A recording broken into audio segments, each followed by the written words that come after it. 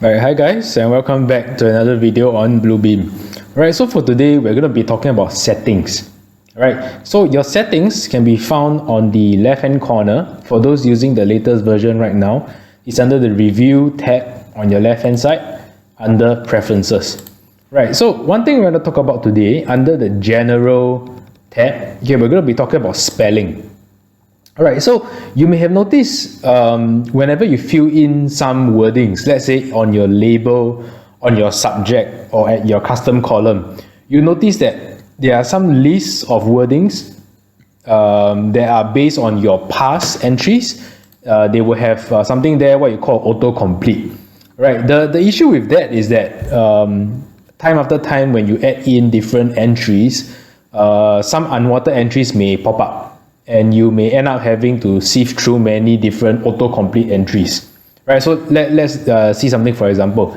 So under my markups list, if I just create a new column, okay, and I add in, now under subject, right, so you see if I press A, you see I have a few different options. I have B, I have a few different options.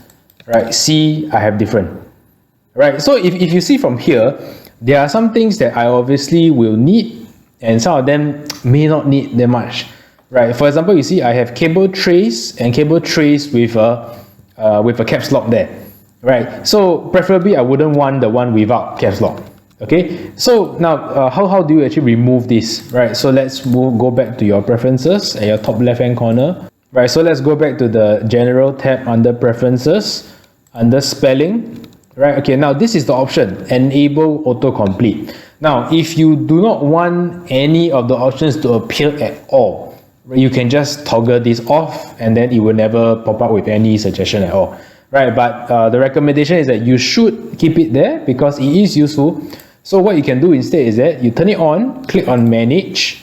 Now, so what you can see from here is that they can actually let you know which of the ones you actually want to remove. Right, so for example, just now where I was, for example, we have custom columns of all these different subjects, right? Right, so if I scroll down, you see all the different ones, cable trace.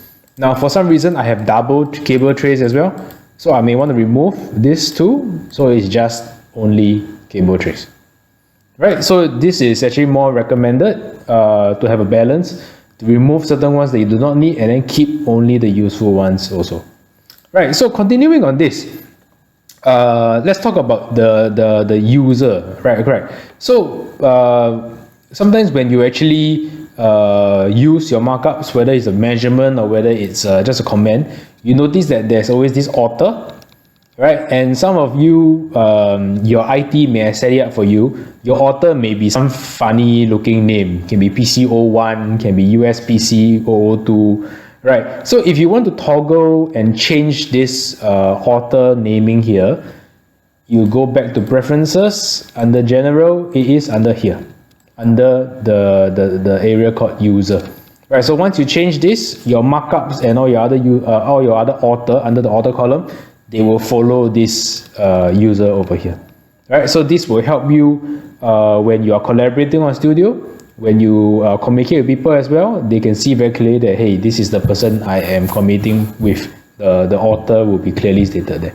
Right, so I hope these two general preferences has helped you out in your usage. Right, thank you. See you again.